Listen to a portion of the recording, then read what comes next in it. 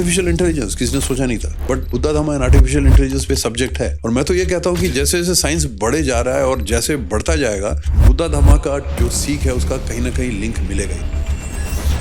What was the vision behind the Global Buddhist Summit and India being the birthplace of Buddha? वो कितना लोग उसे accept करके और उसे प्रोपेगेट कर रहे हैं? तो एक तो ग्लोबल बुद्धिस्ट समिट का ये मकसद था कि सबको एक छत के नीचे लाया जाए। बहुत फॉलोअर्स जो हैं, जो संघा के भिक्खुगण हैं हर एक देशों से, इन दोनों कैटेगरी के लोगों को एक ही छत के नीचे ला के हेक्टिक डिबेट किया जाए on issues which are bothering the world. And in issues के इनके लिए सोल्यूशन जो बुद्धा धर्मा ने प्रोवाइड किया हो, इनको निचोड़ के निकाल के दुनिया भर में इसको फैलाया जाए। जब होली रिलिक्स की बात करें, Holi relics when came back, process थोड़ा सा अगर आप लोगों को बता सके कि वो ऑक्शन कैसे रुके।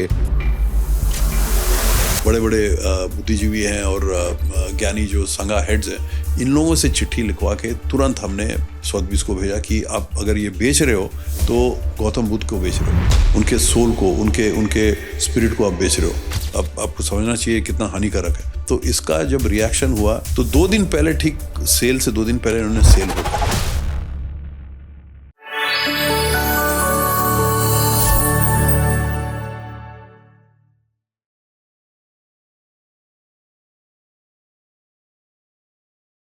Hello Abhijit sir, welcome to the Supreet Singh Show.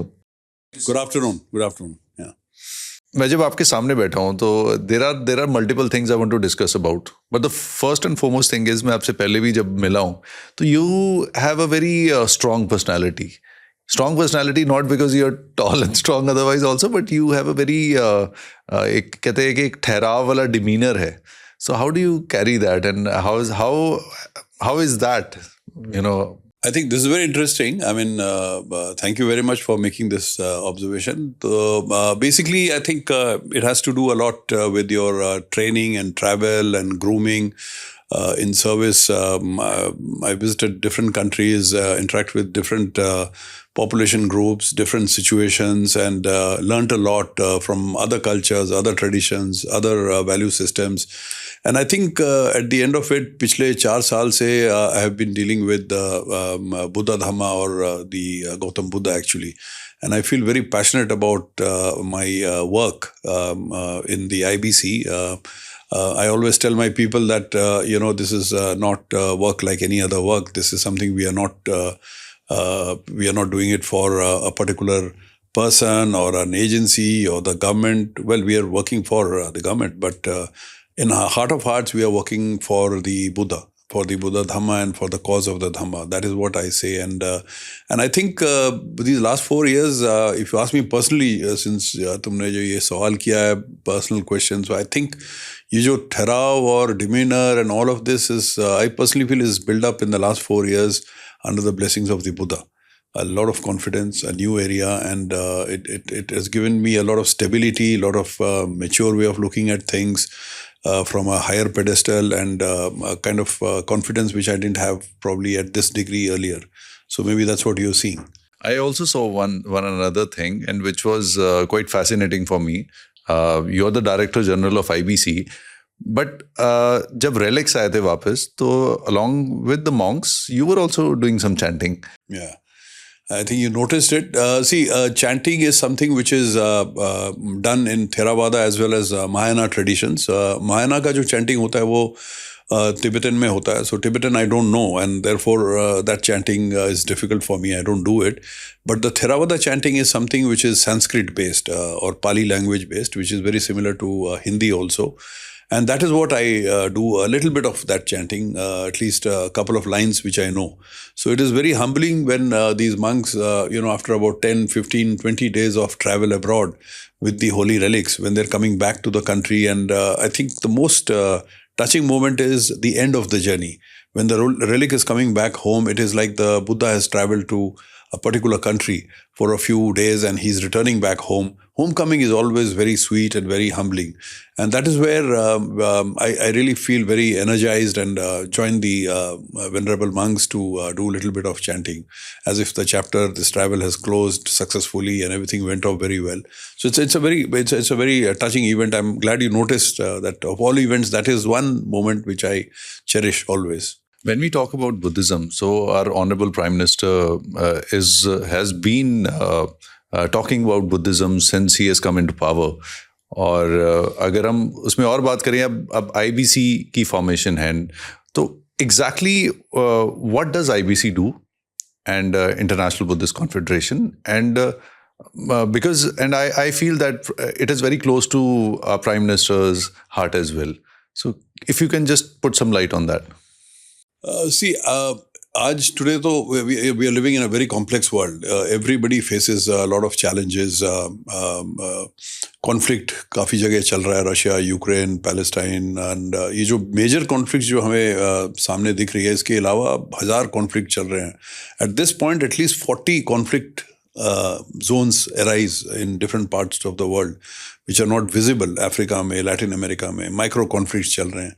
इसके अलावा सोशल कॉन्फ्लिक्ट्स चल रहे हैं, ethnic conflict, religious conflicts, and you have blast of ecological disasters which take place. We have had the COVID, something which humanity has never seen. You may have something similar in future. There is always this fear that कभी कोई अगर population खास तौर पे large numbers में बीमार पड़ जाती है, तो ये सोच शुरू हो जाता लोगों में कि ये इसी कोविड टाइप का ही एक बीमारी है. लोग मास्क लगाने लग जाते हैं. There is a fear which has been instilled in human beings all across the world. COVID was a very interesting phenomena because, I was talking to some monks in Nepal and they were telling me that भगवान Buddha always कहते थे कि nature और environment के साथ मिलजुल के रहना चाहिए, और अगर नेचर और एनवायरनमेंट के बारे में आपको समझ नहीं है तो आप ऐसे क्षति पहुंचा सकते हो नेचर को कि वापस ये घूम के आप पे आएगा. And they were trying to tell me that ये जो पूरा घटना है कोविड का, this is an example of that. Because in one word they said that this is like पूरे इंसानियत का भगवान ने या नेचर ने मुंह बंद कर दिया.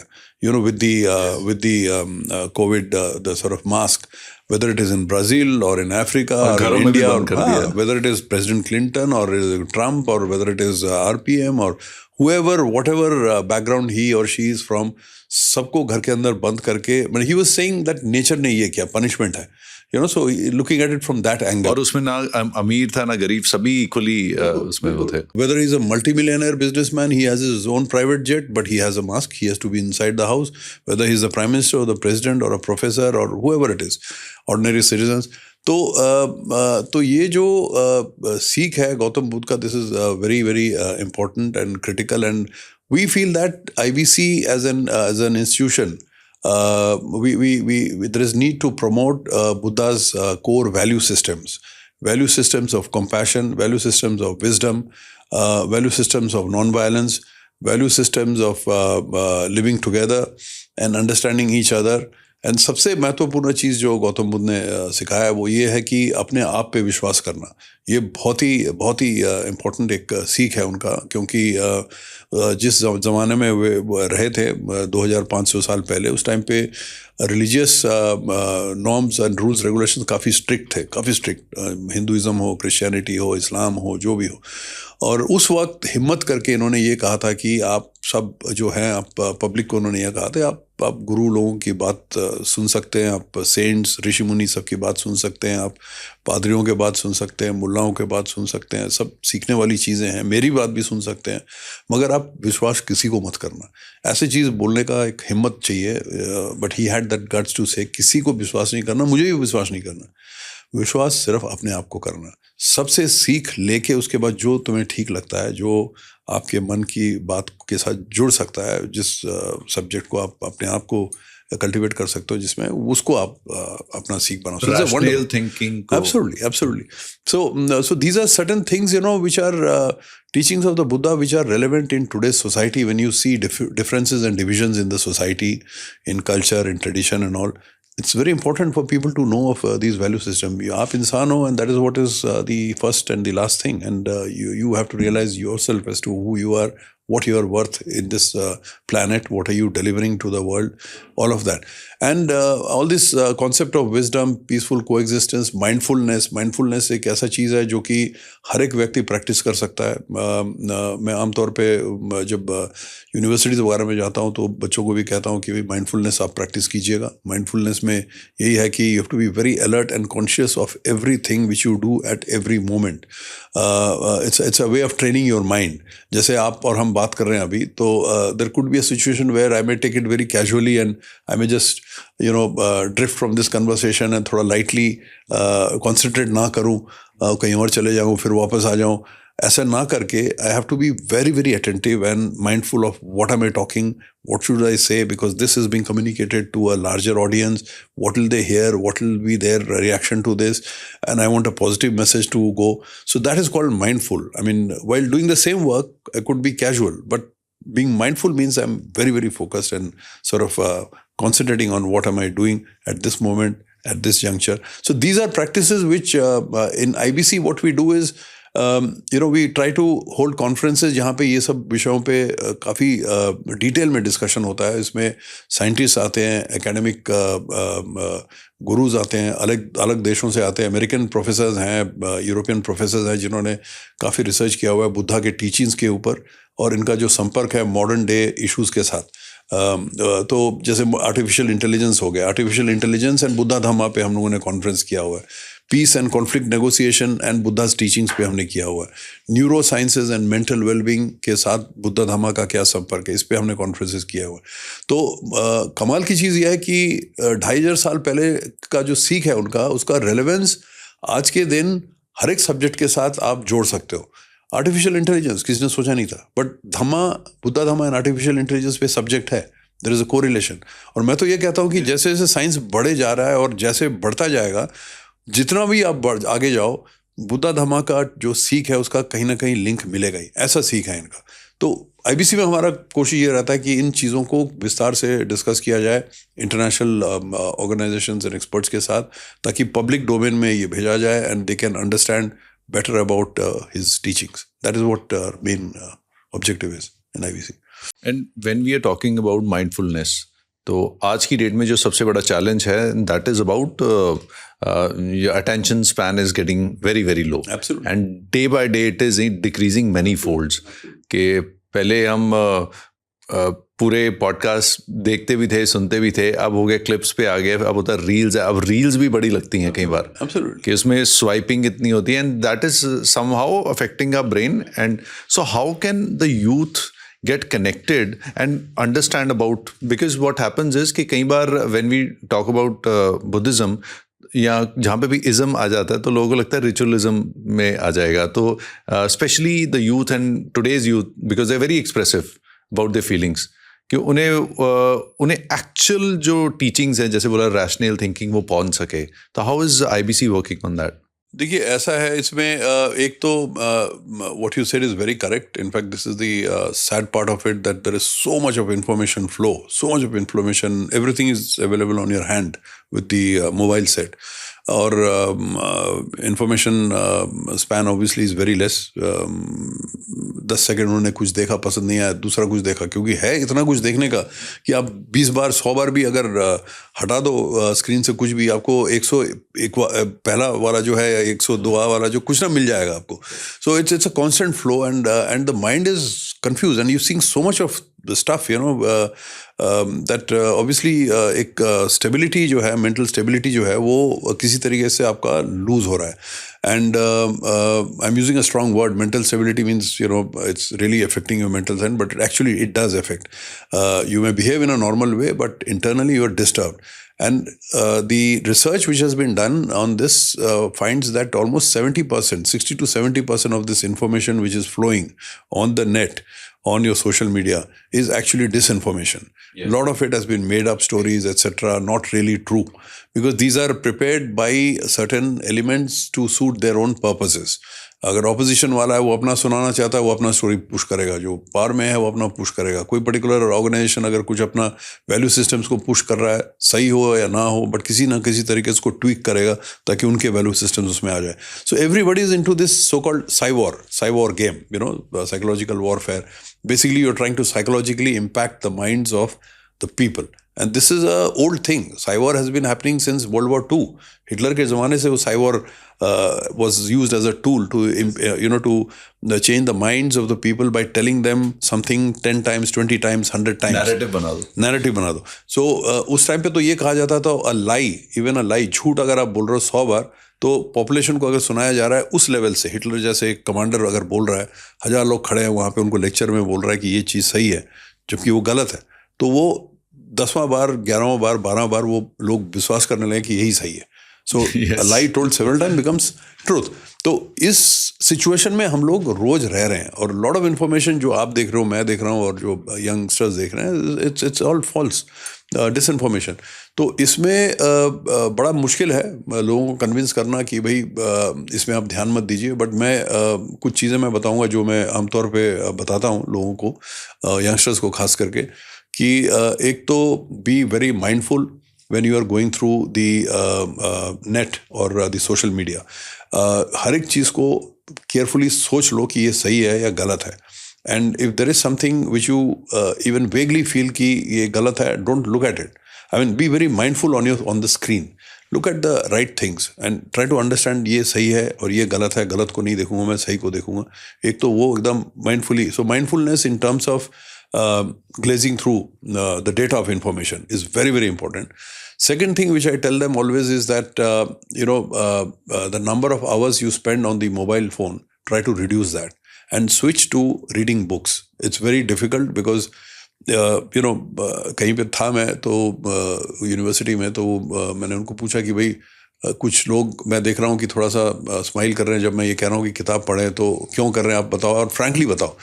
तो उन्होंने कहा सर मैं किताब जो पढ़ूंगा 200 पेज का, तो 5 पन्ना मैं स्लो पढ़ता हूँ, 10 पन्ना जब तक पढ़ूंगा तब तो मैं इतने रील्स देख लूँगा तो नॉलेज हो जाएगा मेरा. तो मैंने कहा रील्स तो आप 100, 200, 300 देख लोगे, बट वही 60-70% डिसइन्फॉर्मेशन आपने कंज्यूम कर लिया, जबकि किताब में डिसइन्फॉर्मेशन नहीं है, वो नॉलेज है, clearly written knowledge in a good book on whichever subject. So that they agreed. So but that fast-paced life does not allow them to hold a book and read. But I convince them that try and read at least a thin book. Habit बनाओ उसको पढ़ने का, and give more time to book reading. The third thing which I say very interestingly, which I tell them is I ask them, that आप लोग ये जो मैं किसी को कोई छात्र होंगे या छात्री होंगे, उनको पूछता हूँ मैं कि आप खड़े हो जाओ, मुझे बताओ कल रात को आप कितने बजे सोए. 11:45. तो आपने मोबाइल फ़ोन कब देखा था लास्ट? वो थोड़ा सोच के फिर हंस के 11:45. मैं सुबह कितने बजे उठे? क्या 5:30 बजे. मैंने बहुत जल्दी उठ गए. मोबाइल कितने बजे देखा? सर 5:40, 10 मिनट के अंदर. तो मोटा मोटी that is the span. Your life is starting with that, your day is ending with that. So मैं ये इनको कहता हूँ, जो कि कुछ यूनिवर्सिटीज़ में प्रोफेसर्स कह रहे हैं कि हम लोग आपका ये इम्प्लीमेंट करने की कोशिश करेंगे. अभी प्राइवेसी में तो you can't go into private zone, but मैं ये कहता हूँ कि आप सोने से आधा घंटा पहले switch off your phone. If you don't want to switch off, don't switch off. Emergency हो सकता है, बट फ़ोन में हाथ मत दो, उसको अलग रख दो. और वो आधा घंटा जो है, यू ट्राई टू प्रैक्टिस और remember what you have done during the day. सुबह कितने बजे आप उठे, क्या किए, कहाँ गए, कौन सा बाइक में गए या गाड़ी में गए, किससे मुलाकात किया, उससे क्या बातचीत हुआ, किसी ने थोड़ा बुरा बोला आपको अच्छा नहीं लगा, किसी ने अच्छा बोला आपको अच्छा लगा, क्या खाना खाया. पूरा जो है टाइम टू टाइम एकदम मेटिकुलसली. कुछ अगर स्किप हो गया, याद नहीं आ रहा, कोई बात नहीं. शाम तक का आप थोड़ा सा just go down your memory lane. This is in Buddhist teaching, this is called brain training. You train your brain, you activate your brain at the end of the day by inducing memory. Okay, so उस आधा घंटा जो आप phone को touch नहीं कर रहे हो, मेरा ये कहना है कि उस वक्त आप ये काम करो. It is a fantastic brain training and it keeps you fresh and alive and active for the next day. Similarly अगले दिन सुबह भी आधा घंटा उसको मत पकड़ो फ़ोन को, but look at the sun, look at the nature, look at the grass, go near the window, just see the sky, because Buddhism also always talks about the microcosm and the macrocosm. Microcosm is the universe, macrocosm is the humanity, nature, etc. And they say that it's all one entity, single entity. अगर ये single entity है, आप उनके लिए क्या कर रहे हो या उनके देख भी नहीं रहे हो आसमान की तरफ, तो do a bit of nature watching and then start your day with your mobile phone or whatever it is. Very basic things which I think we should start, and once they get into this, they will automatically take interest in other aspects of. I think what you're saying is very right, because we are losing our imaginative power as well. When you read, you imagine. Yeah. When you look at the sky, you imagine that way. So ये चीज़ है कि basics आपके life की same है, वो बदलती नहीं. If Buddhism is teaching all these things, I think, और जैसे आपने समझाया है, people will connect in the right way. Absolutely. And when we come back, abhi Global Buddhist Summit 2nd edition was just held last month, and उससे पहले first हुआ था in 2023.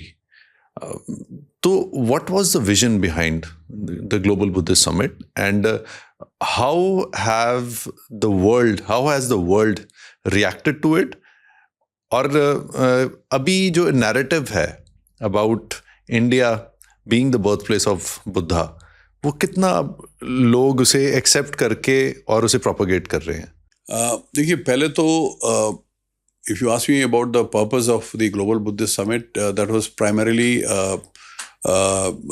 two-folds, I will say. पहला सबसे important ये था कि this is the land of the Buddha, और जो भी उनका एनलाइटनमेंट हुआ गौतम बुद्ध का, और उनका परिनिर्वाण हुआ, उनके जो सीख है, सब कुछ यहीं पे हुआ, इसी ज़मीन में. और उस लिहाज से अगर देखा जाए तो जिस तरीके से बुद्धिज़्म का ग्रोथ हुआ है साउथ ईस्ट एशियन कंट्रीज़ में, जहाँ 90-95% पॉपुलेशन बुद्धिस्ट है, उनको काफ़ी नॉलेज, विजडम और इन्फॉर्मेशन चाहिए भारत से, क्योंकि यहीं पे सब कुछ हुआ था. तो एक तो ग्लोबल बुद्धिस्ट समिट का ये मकसद था कि सबको एक छत के नीचे लाया जाए. जितने देशों के एक्सपर्ट्स हैं, एक्सपर्ट्स का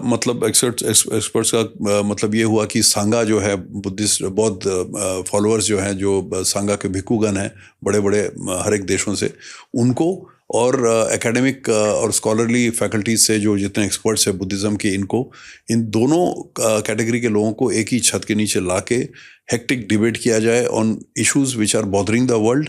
एंड इन इश्यूज़ के इनके लिए सोल्यूशन जो बुद्धा धर्मा ने प्रोवाइड किया हो, इनको निचोड़ के निकाल के डॉक्यूमेंट बनाना, ताकि दुनिया भर में इसको फैलाया जाए कि इस समिट में ये डिस्कस हुआ था और गौतम बुद्ध के सीख का कुछ ना कुछ सोल्यूशन है हर एक इशू के लिए. तो इनके बारे में जानकारी हम सबको देते हैं, दुनिया भर में वेबसाइट में भी हम लगाते हैं, तो काफ़ी उसका ट्रैक्शन रहा है.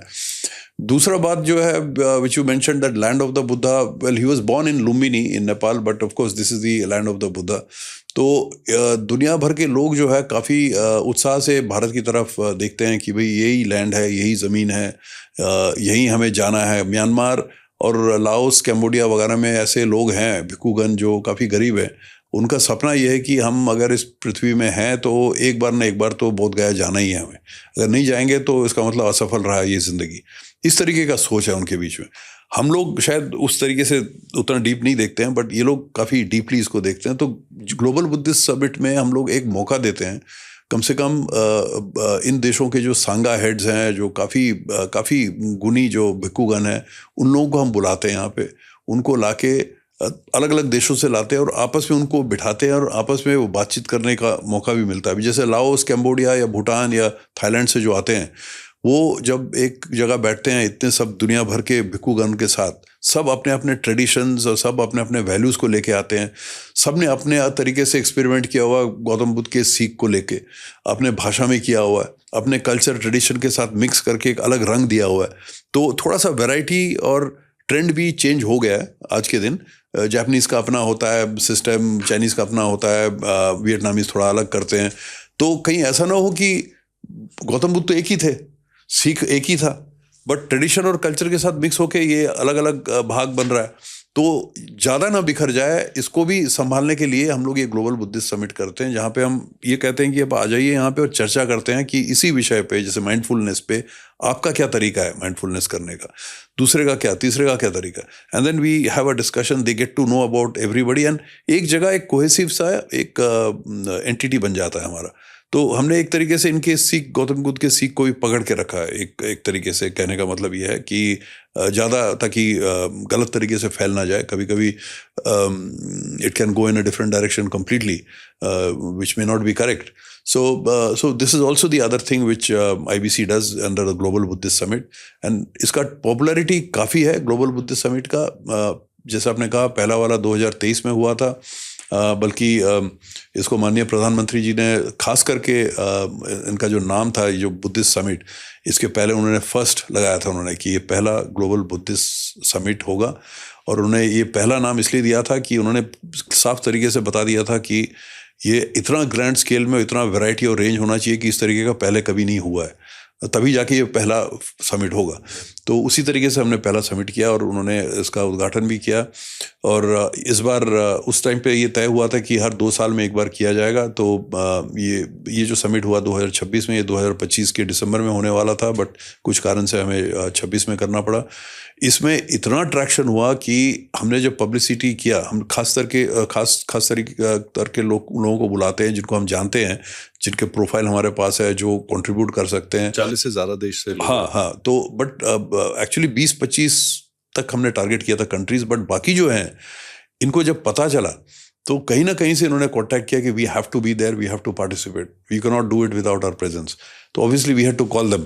तो ऐसे ऐसे देश आए, 40 से ऊपर तो थे, बट हैरानी की बात यह है कि लैटिन अमेरिका से, अर्जेंटीना से, ब्राज़ील से, मेक्सिको से, वेनेजुएला से, एक नहीं 4 लैटिन अमेरिकन कंट्री से लोग आए थे. अफ्रीकन कंट्री से आए, केनिया, तंजानिया से, और इस बार स्पेन से आया, फिर आपके एस्टोनिया से आए. एस्टोनिया से एक यंग बुद्धिस्ट मंक आए हुए थे.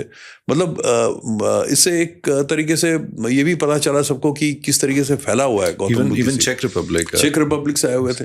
तो काफ़ी, मतलब स्पेन से, इटली से. तो it was a great occasion for us to showcase to the world that Buddha's teachings are globally spread out.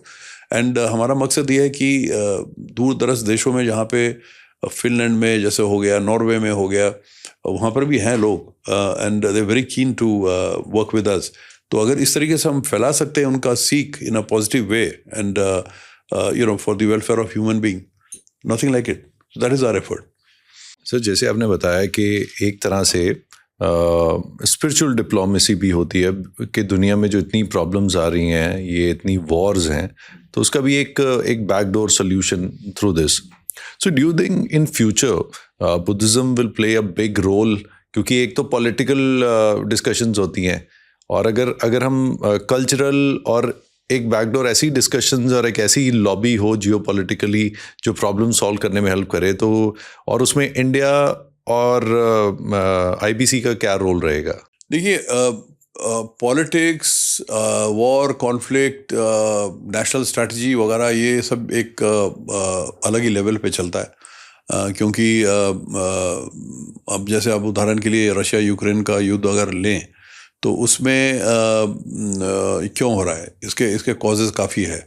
लोभ, ग्रीड, क्रेविंग, लैंड चाहिए मुझे एसेट्स चाहिए, मैं पूरा ये दखल कर लूँगा, तब मेरी इकोनॉमिक उन्नति होगी, मैं पावरफुल स्टेट बनूँगा. यूक्रेन के जो मिलिट्री इंडस्ट्रियल कॉम्प्लेक्स है, उसको अगर मैं हड़प लूँ तो मेरे पास काफ़ी शक्ति आएगी. All of this, it is basically grid and longing for power, hungry. Okay. Now Buddha Dhamma teaches everything against that. You don't go for craving or ego or anxiety or overwhelming. He left his own empire. Yeah, because that is that is going to cause you suffering. Simple. उनका logic ये था कि all of these things will cause you suffering. तो इसके लिए आप मत जाओ. Don't go in that direction. But वो हम और आप बात कर सकते हैं, और जो जितने भिक्खुगण हैं इसके बारे में हम मान के चल सकते हैं. मगर जो लोग लड़ रहे हैं या जो लीडर्स हैं जो कॉन्फ्लिक्ट में इन्वॉल्व हैं, उनको समझाना ये संभव नहीं है. तो एक बड़ा इंटरेस्टिंग सिचुएशन हुआ था जब हमने मीडिया कॉन्क्लेव किया था यहाँ दिल्ली में, और काफ़ी सारे जर्नलिस्ट आए हुए थे बाहर से. तो उसमें रशिया का एक there was a lady who is a war journalist, very dynamic woman, and she is been to Syria, Libya, यहाँ वहाँ पैलेस्टाइन वगैरह. तो पहली बार वो इस तरीके के कॉन्फ्रेंस में आए हुए थे, बुद्धिज़्म वाला. Buddhism and media. What role can media play in spreading Buddhism? So this is the other thing which we do, because media is the visible platform दुनिया सुनती है, जो भी मीडिया कहती है, तो मीडिया को भी हमने इन्वॉल्व किया था कि आपको इस तरीके के पॉजिटिव वैल्यूज़ प्रोलिफरेट करना चाहिए पब्लिक में। तो ये भी हम करते रहते। तो इस लेडी ने, इन्होंने उन्हें बड़ा इंटरेस्टिंग पूछा कि आप ये जो कह रहे हैं बुद्धिज़्म वगैरह, can it stop the war, जो आपने पूछा, झट से मुझे पूछा उसने। मैंने कहा वॉर तो तुरंत, तो उन्होंने कहा नहीं आप समझो मेरी बात, मैं क्या कह रहा हूँ। मैं ये कह रहा हूँ कि अगर मान लो 2-3 भिक्खू को मैं ले जाऊँ पुतिन के पास या यूक्रेनियन लीडर के पास और वहाँ मेडिटेशन करा दूँ, उनको हम विपासना करा दे, तो लड़ाई बंद हो जाएगा। तो मैं कहा यार देखो ऐसा है, ये तो then I realise that people want that quick solution. वो पॉसिबल नहीं है। तो मैंने सीधा बोला, मैंने कहा वो पॉसिबल नहीं है, वो संभव नहीं है, बिकॉज उनको भी पता है जो वो कर रहे हैं वो गलत कर रहे हैं। So they know. Deep down everyone knows. Because so when you go to tell them कि भाई आप गलत कर रहे हो, वो पहले ही मन में सोचेगा वो तो मुझे पता है, मैं किसी कारण से कर रहा हूँ, सर्वाइवल के लिए कर रहा हूँ, ठीक है ना। So the idea is then when I have to explain to her, this will take long time. Teachings of the Buddha have to be introduced in schools, universities, colleges, academic institutions, even in bureaucracy, even in diplomacy, in such a manner that this is not a religion, this is a philosophy. तो इनकी जो सीख है, इससे आदमी काफ़ी बदलता है। जैसे विपासना मेडिटेशन है, Vipassana has changed people drastically. I mean, it has really changed. I've seen some people who have really become very humble and human-loving and serving the people. And I'm not saying कि एकदम saint बनना है, but it changes a lot of people. और ये करना संभव है क्योंकि महाराष्ट्र गवर्नमेंट ने नियम बनाया हुआ है कि विपासना ट्रेनिंग के लिए अगर आप जाना चाहते हो, अगर आप ब्यूरोक्रेट हो, तो 7 से 10 दिन को आपको छुट्टी मिलेगा, paid, full paid. Nobody is going to cut your money and you will be given this leave for Vipassana training. Already government is doing this. And I think अगर इस तरीके का काम दूसरे सरकार भी करे, स्टेट गवर्नमेंट में, इवन सेंटर में करे, और फिर दूसरे देशों में भी कुछ लेवल पे समझने के बाद ये करें, it will make a lot of change in the leadership in the future generation coming up. So it's a slow process. धीरे से these values have to be introduced, and over a period of time it will strike a lot of people. कुछ ऐसा भी हो सकता है कि एक मैंडेटरी कोर्स हो जाए लीडरशिप के लिए in different. We can do that. Buddha Dharma and leadership करके भी हम कर सकते हैं। तो अभी इस बात पे मैं आ रहा हूँ, आपका जो आप कह रहे हो कि इंटरनेशनल लेवल पे अब हम जो कर रहे हैं वो तो कर रहे हैं, इंटरनेशनल लेवल पे काफ़ी लंबा डिस्टेंस है ट्रैवल करना, बट हम ये भी प्लान कर रहे हैं कि धम्मा जो है, बुद्धा धम्मा का जो टीचिंग है उसको धम्मा कहते हैं। Dhamma is basically the teaching of the Buddha. तो धम्मा को हम इंट्रोड्यूस करने की कोशिश कर रहे हैं यूनाइटेड नेशंस में। ऑलरेडी एक काम चल रहा है यूएन में, जिनीवा में कोई हमारे है जो पुश कर रहे हैं Dhamma as a concept. And Dhamma is synonymous with every religion actually, Sikhism, Jainism, Hinduism. Dharma तो है ही हिंदुइज्म में, and of course Buddha's teaching is called Dhamma. So that word Dhamma is very powerful word coming from India. तो इसको हम लोग यूएन में कर रहे हैं इंट्रोड्यूस, और शायद इस साल या अगले साल न्यूयॉर्क में यूनाइटेड नेशंस में भी एक हम लोग प्रोग्राम करने की कोशिश करेंगे about introducing Dhamma. And UN is an institution जहाँ पे इस तरीके के वैल्यू सिस्टम्स अगर इंट्रोड्यूस किया जा सकता है, जैसे योगा, माननीय प्रधानमंत्री ने इतना पुश करके योगा डे किया है वहाँ पे। So we can have a day which is a Dhamma day and celebrating Dhamma, and उससे जो principles and values of Buddha's teachings है वो पूरा global, UN is all over the world, global community को वो स्प्रेड किया जा सकता है यूएन के जरिए ऑल्सो। दो इंडिया से तो हो ही रहा है। तो these are things which we are trying to do. मतलब when you ask me this question कि भाई कैसे कॉन्फ्लिक्ट वगैरह रिड्यूस किया जा सकता है, इंस्टेंटली तो करना मुश्किल है, बट इस तरीके से थोड़ा सा फैलाने से over a period of time we expect that humanity will change. They will understand positivity, and positive values will dominate. And then sir, जब होली रेलिक्स की बात करें, Holi relics when came back, एक तो ये कि ये हुआ प्रोसेस थोड़ा सा अगर आप लोगों को बता सके कि वो ऑक्शन कैसे रुके, फिर उसके बाद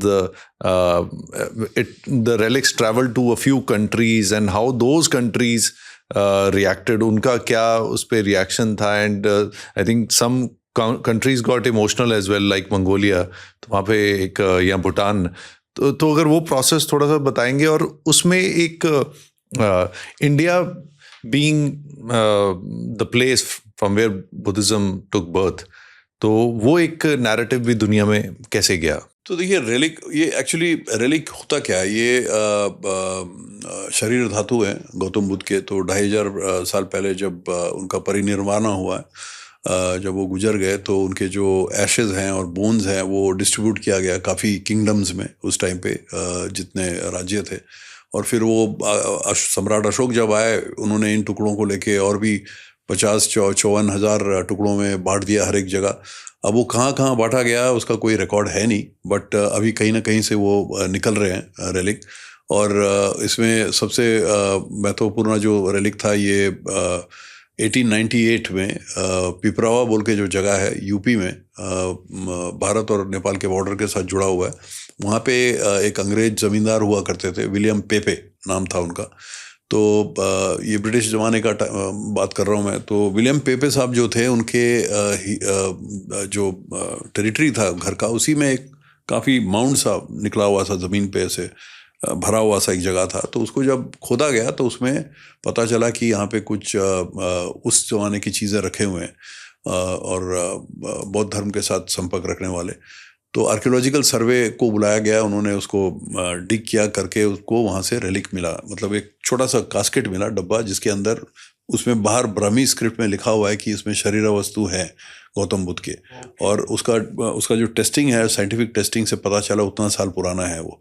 और उसमें उनके बोन्स थे छोटे से, तो उनको बांटा गया इधर उधर उन बोन्स को। बट ये जो पिपरावा रेलिक की स्टोरी जो है, ये शुरू होती है जब कास्केट निकला। तो कास्केट में से जो छोटा सा बोन था वो विलियम पेपे ने उस टाइम पे थाईलैंड के सरकार को दे दिया, क्योंकि थाईलैंड काफ़ी माना हुआ बुद्धिस्ट कंट्री था। थाईलैंड का नाम सियाम था उन दिनों, तो किंगडम ऑफ सियाम को उन्होंने दे दिया। और उस कास्केट के साथ कुछ ज्वेलरी थे, छोटे छोटे पत्थर थे, स्टोन थे, उसमें अलग अलग किस्म के लाल, नीला, पीला ज्वेलरी थे, वेरी वेरी स्मॉल, माइक्रो, जो अभी आजकल देखते हो आप रेलिक के डिस्प्ले में। तो इन जो ज्वेलरी थे, इनको इन्होंने दो भाग किया।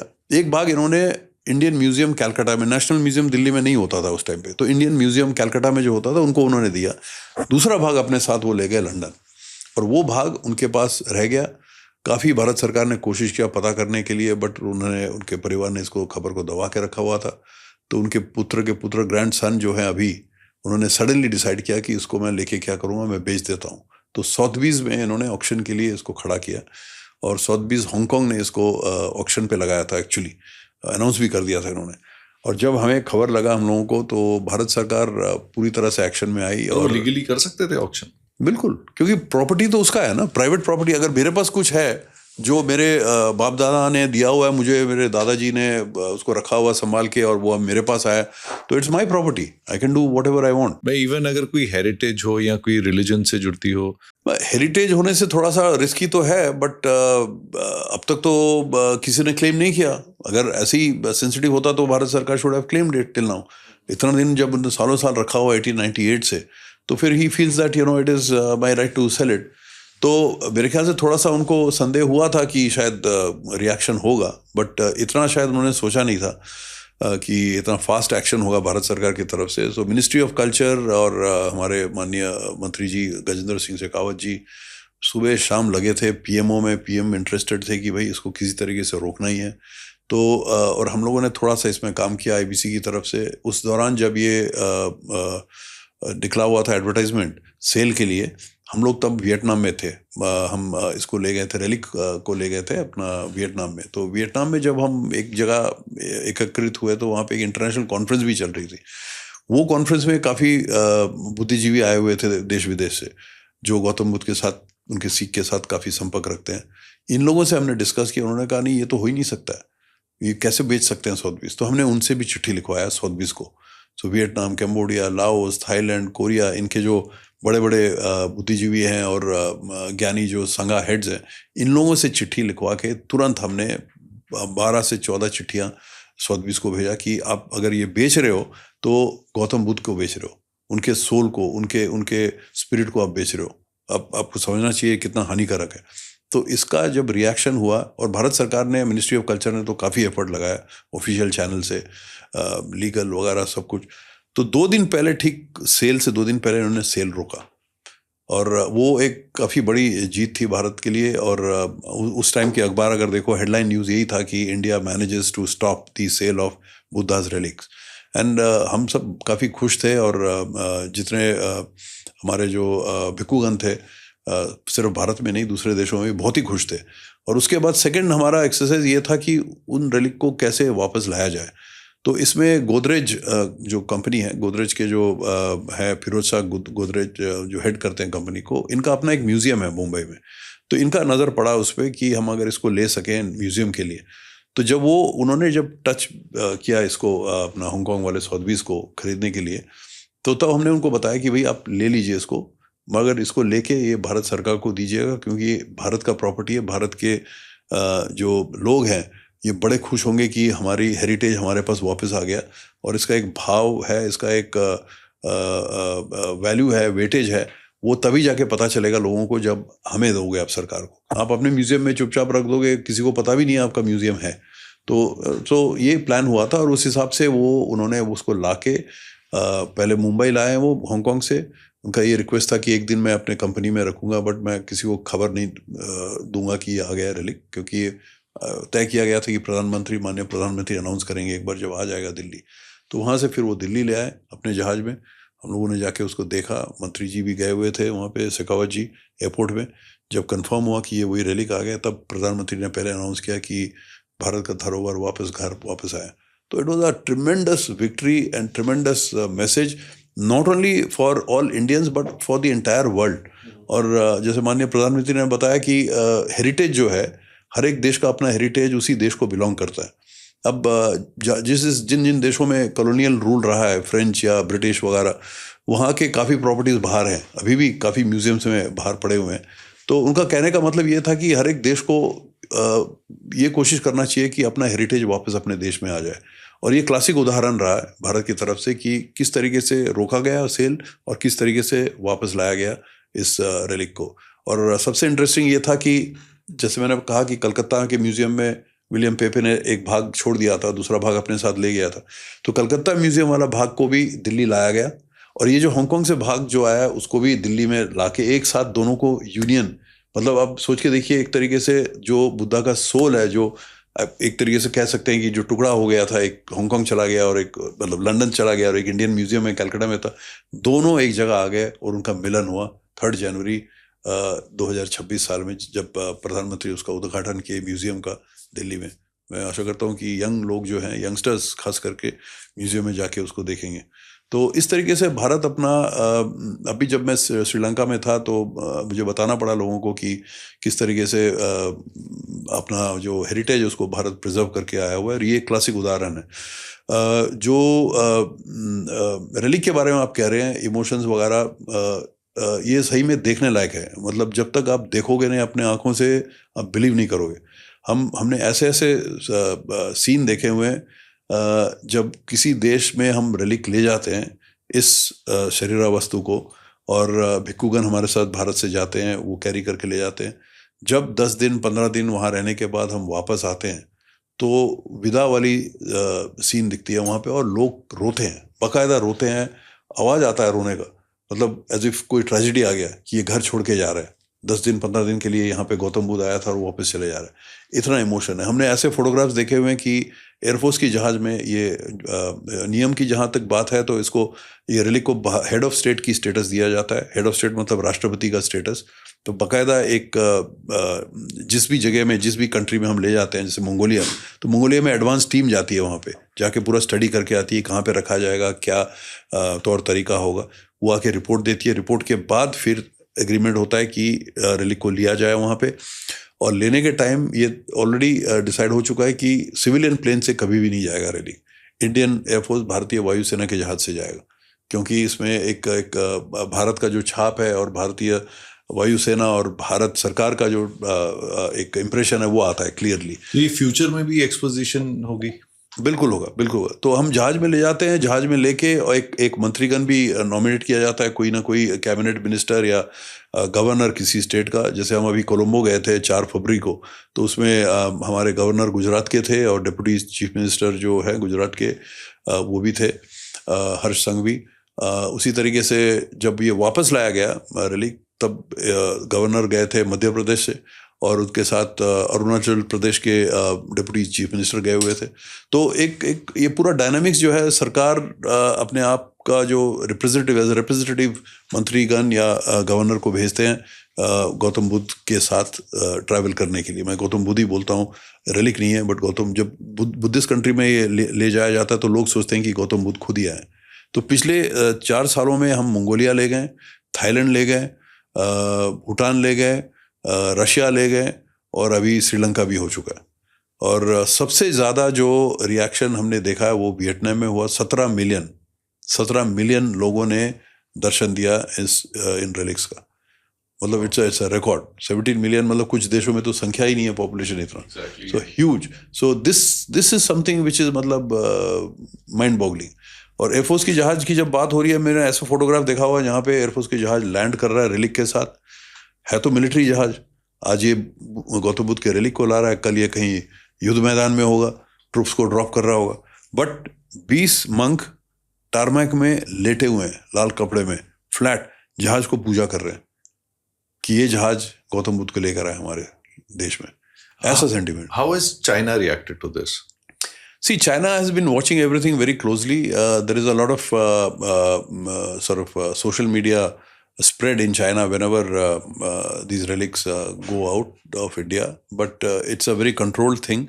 But I think, in Buddha Dhamma, I must say that China has also preserved Buddhism very, very nicely. In fact, they have curated and preserved Buddhist teachings in a very scientific way. काफ़ी चीज़ें जो हमारे पास नहीं है उनके पास है, जबकि we are the land of the Buddha. So they have maintained things, they have developed things. Historically Chinese have always been interested in Buddhism, and वहाँ से आपके फाहियन और शुएनशांग जैसे ट्रैवलर्स यहाँ पे आके पूरा देश घूम के यहाँ से काफ़ी नॉलेज लेकर वापस गए.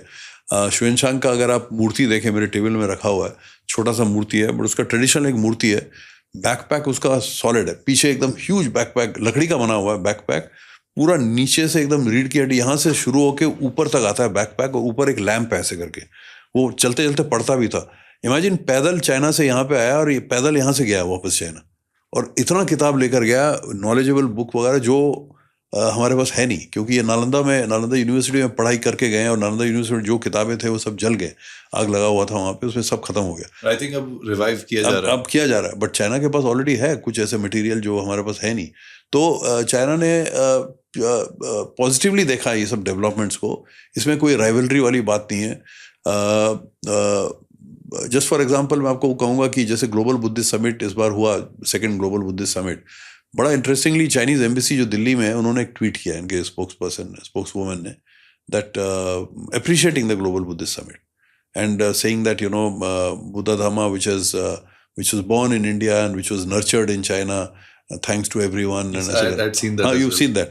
So ये पहली बार ऐसा हुआ कि एकदम ब्लटली इंडिया में, न्यू दिल्ली में बैठ के चाइनीज एम्बेसी ने अप्रिशिएट किया ये एक्टिविटी. तो शायद कहीं पे ये मैसेज पॉजिटिव देना चाह रहे हैं कि बुद्धिज़्म या बुद्धा धामा एक ऐसा एरिया है जहाँ पे हमें एक साथ मिलके काम करना चाहिए.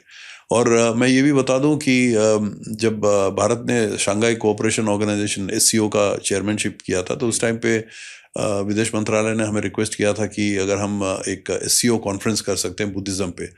मैं हाँ कहने से पहले मैंने कहा 2 दिन का टाइम दीजिए, और मैं जब देखने लगा कि SCO कंट्रीज़ जो हैं वो सब सेंट्रल एशियन कंट्रीज़ थे, मुस्लिम कंट्रीज़ थे, उज़्बेकिस्तान, ताजिकिस्तान, कजाकिस्तान, तुर्कमेनिस्तान. और मैं सोच रहा था यहाँ बुद्धिज़्म का क्या है.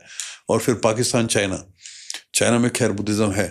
तो मैं सीधा गया मार्केट और बुक स्टोर, एक पर्टिकुलर बुक स्टोर जहाँ पे सब किस्म की किताब मिलता है, और वहाँ से मैंने किताबें उठाए about Central Asian countries and Buddhism. There is so much, क्योंकि सिल्क रूट जो रास्ता था भारत से चाइना का जाने का, वो सिल्क रूट पूरा वहाँ से जाता था, और काफ़ी ट्रैवलर्स, काफ़ी इंडियन मंक्स वगैरह यहाँ से चाइना गए नॉलेज लेके. कुषाण डायनेस्टी. बिल्कुल.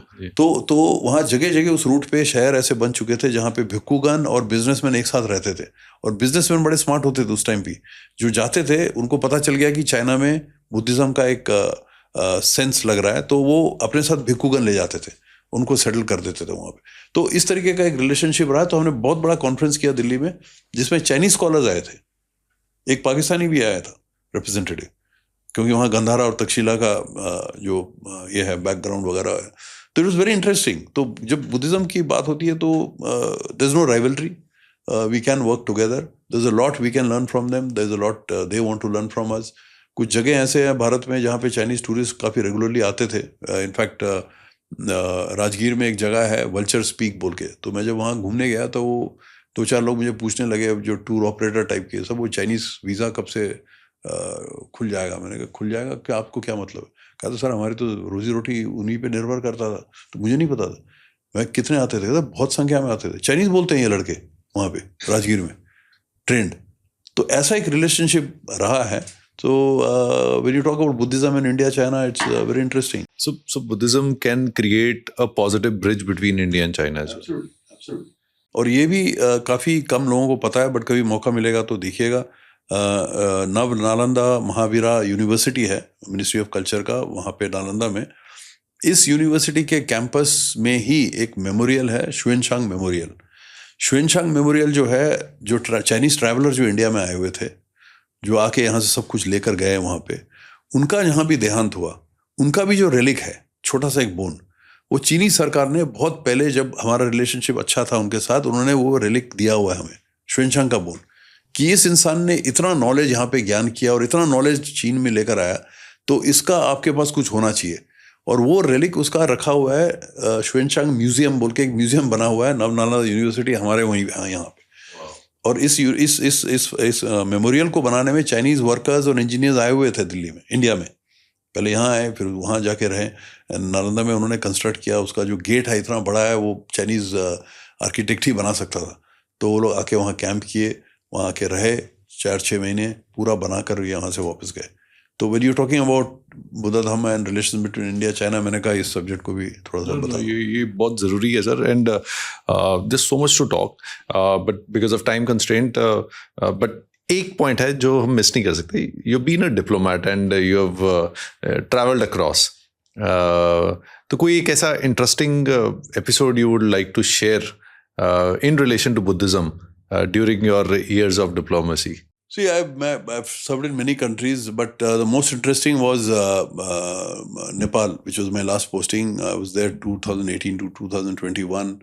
And interesting चीज़ ये है कि since you asked me anything interesting, there are a lot of things which I have to remember, but this is something comes to my mind very clearly. This has a role of India, China and Nepal. So Nepal के जो northern fringes हैं, northern areas हैं, बहुत ही हिली है, और वहाँ जाने में 12-14 दिन का ट्रैक करना पड़ता है. ऐसे रिमोट एरिया, बट लोग हैं वहाँ पे.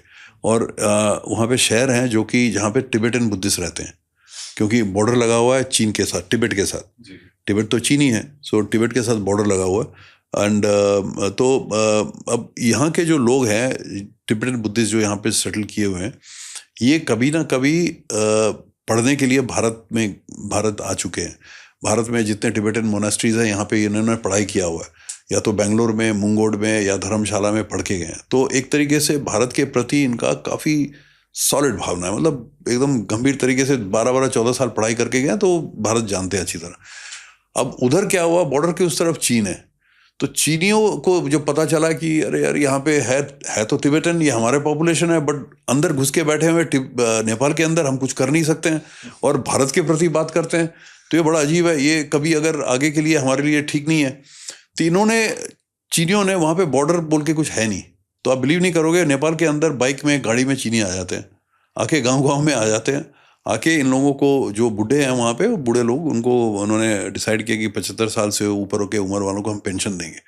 चाइनीज सरकार नेपाल में नेपाली सिटीजन को, टिबेटन बुद्धिस्ट को पेंशन देने का प्लान बना रहा है. ठीक है. तो what I am saying is this game is so interesting when you talk about strategy and Buddhism. तो फिर खैर हम लोगों ने, भारत सरकार ने ये डिसाइड किया कि भाई ये तो खतरनाक है, और ये इन लोगों ने तो ऑलरेडी यहाँ पे, नेपाल चुपचाप बैठा हुआ, वो दोनों के बीच में, जैसे कहते हैं ना वो एलिफेंट एंड ड्रैगन, हम एलिफेंट हो गए और चाइनीज ड्रैगन हो गया, उसके बीच में वो बैठा हुआ है. तो वो कहता है भाई एलिफेंट और ड्रैगन के बीच में चल रहा है टेंशन, मैं चुपचाप देखूंगा, बट देखने से नहीं होता. तो हम लोगों ने इन मंक्स को वहाँ से काफियों को अभी और भी इंटेंसिवली, इनफैक्ट एक जगह करके, एकजुट करके ट्रेनिंग वगैरह भारतीय मोनास्ट्रीज वगैरह में दिया है. उनको हमने अभी वापस भेजा है वहाँ पे, और एक बड़ा इंटरेस्टिंग सा एक माहौल नेपाल में क्रिएट हुआ अभी अबाउट टिबेटन बुद्धिज़्म, जो कि काफ़ी हमारे फेवर में है एंड आगे के लिए ये बहुत ही इम्पोर्टेंट होगा। तो मेरे लिए एक उस टाइम पे जब उस दौरान जब मैं था वहाँ पे, तो ये काम बड़ा इंटरेस्टिंग लगा मुझे। और पहले होता क्या था कि चाइना से काफ़ी लोग साल में 100, 200, 300, 400 लोग तिब्बत क्रॉस करके नेपाल आते थे, वहाँ से धर्मशाला आते थे टिबेटन पॉपुलेशन। तो वो अब बंद हो चुका है, क्योंकि चाइनीज़ ने काफ़ी स्ट्रिक्ट रूल्स बना दिए अपने बॉर्डर पे, और वो मॉनिटरिंग भी करते हैं इस तरीके से। पिछले साल सिर्फ एक इंसान किस तरीके से पता नहीं मैनेज करके आया नेपाल तिब्बत से। हाँ, तो पहले 700 आते थे, अभी एक ही आया। तो वो जो इनफ्लो है वो भी बंद हो चुका है अभी, और जिस कारण से भारत में जितने टिबेटन बुद्धिस्ट इंस्टीट्यूशंस हैं, वहाँ पे बच्चों को, जो टिबेटन बच्चे आते थे पढ़ते थे, वो एकदम ज़ीरो हो गया लिटरली। ठीक है, तो क्योंकि बच्चे नहीं आ रहे तो पढ़ेंगे कौन? बड़े बड़े इंस्टीट्यूशंस है। तो वहाँ पे अभी हिमालय से जो हमारे हिमाचल प्रदेश, उत्तराखंड से बच्चे जा रहे हैं पढ़ने के लिए, उनको पढ़ाया जा रहा है उन सब इंस्टीट्यूट में। तो मेरे लिए बड़ा इंटरेस्टिंग है कि जब मैं डिप्लोमेटिक इसमें था, तो इस मसले से मैं डील कर रहा था कि भाई कैसे सिक्योर किया जाए नेपाल का नॉर्दर्न बॉर्डर।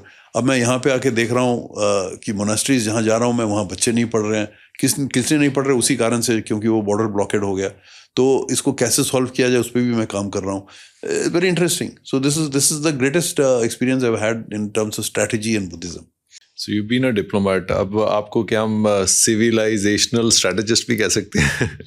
कह सकते हो, you can say that, because diplomacy में one had to do lot of work which is completely different, which is to do with practical solutions to various issues.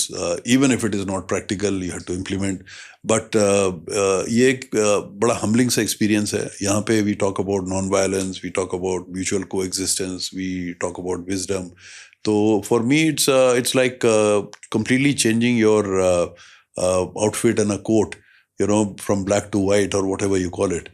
And it's I think इतने साल, almost 40 साल एक जगह काम करने के बाद यहाँ पे कम्प्लीटली डिफरेंट टाइप का जो काम है, जो कि ह्यूमैनिटी के लिए यूज़फुल है, ये करते वक्त I think I feel very very happy and pleased to do this work. So it's a great experience. And I think I can bring in my diplomatic experience also here, because in Buddhism also जब हम देश विदेश के साथ मिलके काम करते हैं, तो घूम फिर के वो डिप्लोमेसी आ ही जाता है कहीं ना कहीं। यही काम मैंने किया है 40 साल। I mean, interacting with people in different countries and working on negotiations, on agreements and discussing issues with them. तो ये अभी बुद्धा धम्मा में कर रहा हूँ मैं उसी चीज़ को। So it's a big benefit and a tremendous experience. But thank you so much. Thank you so much for sparing your valuable time. I know you're a very busy personality and you took out time for this. I would love to do a lot of other future podcasts with you on various topics in relation to Buddhism, because ये एक ongoing, I think एक ऐसा topic है जिसके बारे में एक episode काफ़ी नहीं है, और कई बार बात करनी पड़ेगी, और हर इवेंट के बाद आपसे ये कोई ना कोई बात करनी बहुत इंपॉर्टेंट है। Because I would even want, जब से मैं जुड़ा हूँ IBC के साथ, मेरा खुद का नॉलेज और lot of miss information which I was carrying, वो इतना चेंज हुआ है और वो इतना बड़ा है। तो मुझे लगता है कि ये लोगों को पता चलना चाहिए इन चीज़ों के बारे में। And so how was the experience, sir, on this podcast? No, thank you very much. Very revealing. I spoke my mind out. I don't do that so often, but I felt very comfortable with you. Thank you very much. Pleasant conversation. And जैसे आपने बोला rightly, this is an area where there's tremendous knowledge and knowledge for everyone. It's just that you have to find time to get into it. Tomorrow, for instance, I have a lecture which is on a very peculiar subject. It's about Tibetan Buddhism and astrology and the human mind. So it's Tibetan Buddhism, astrology and human mind. Wow. तो पहले topic को समझने में थोड़ा सा time लगा, but then I'm reading up on it, and it's a very interesting area. Maybe next time we'll talk about it. So Buddhism is there everywhere. So I'm very happy that you're also a part of this journey, and I'm sure you'll be able to pass on a lot of healthy messages to all your audience, and you will see more youngsters coming up in this area to understand Buddha's teachings. And we are there in IBC to help anyone, anytime. Thank you so much, sir. Thank you. Thank you very much. Thank you.